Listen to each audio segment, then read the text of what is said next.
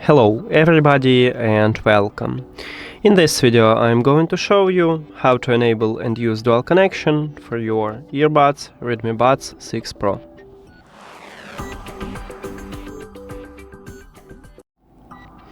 And right here we have a first device what connected with the headphones and also have an application, and the second one do not.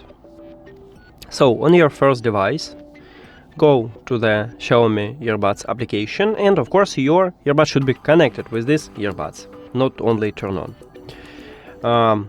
Then if you add your earbuds to the app, you will see the same menu, and right here you need to scroll down and go to additional settings. Right here we need to check is dual connection turned on your phone, and if the slider near to it have empty background, it means that it's disabled, so just tap on it one time. Now we can pair these earbuds with the second device. So go to the second settings on your second device, then connected devices or Bluetooth.